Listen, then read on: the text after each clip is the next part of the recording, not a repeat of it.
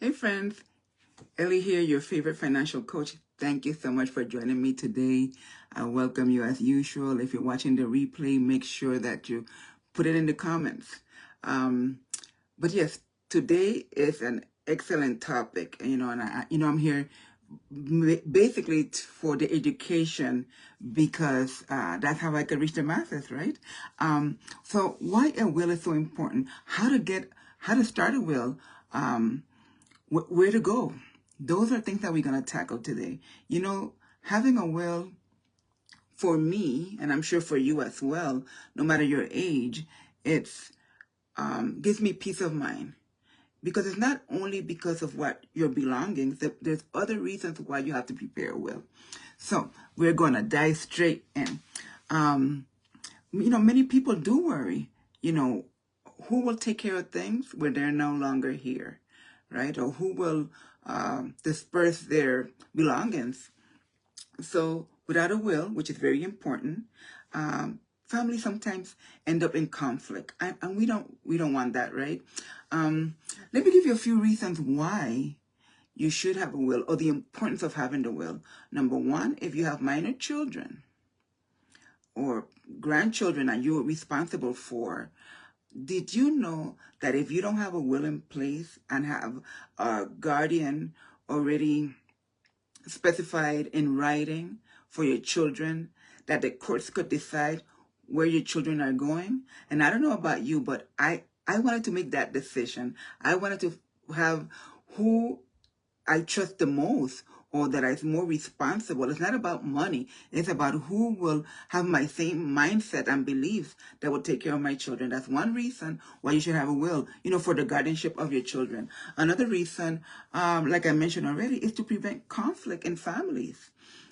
Sometimes family actually do go, break apart because when somebody passes away, there's nothing specific in writing, and people actually, you know, get in fights or in disagreements, and that is not good, right?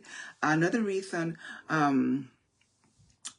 for having a will is so that you could go ahead and choose who's your medical directive, right? Because a will is not only in case if you pass away. The will could be, let's say, for instance, God forbid, you get in an accident and you're not able to make decisions. So you have to now put somebody in place to make decisions for you. Not only medical decisions, but decisions, you know, in your home, or like I said, with your children. You're still here, but you're not able to make those decisions. That's very important.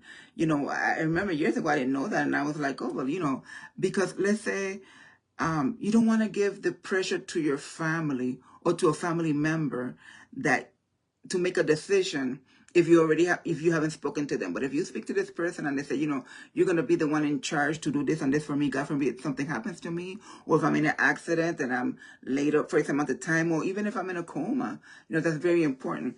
Another important reason why you should have a will, because it will expedite the probate process.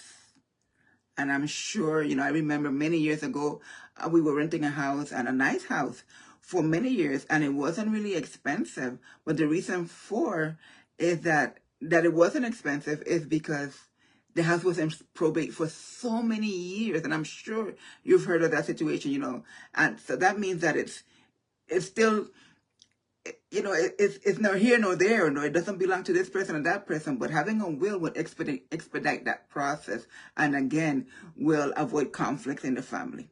Now, let me give you a few steps on how to start a will. You're not gonna do it on your own, because you might be saying, well, I don't have time for it, or I don't know where to start. There are companies or organizations that could help you prepare a will. Of course, as a financial coach, I have the connection for you to start your will. And if you want to get started, one of the first things you want to do is make a list of all of your possessions. It doesn't matter. It's a pot that your great grandmother gave to your mother and your mother gave to you. It's yours and you want it to stay in a family. Okay, well, you put that in the list, so you take inventory of everything that you want for your next generation to inherit.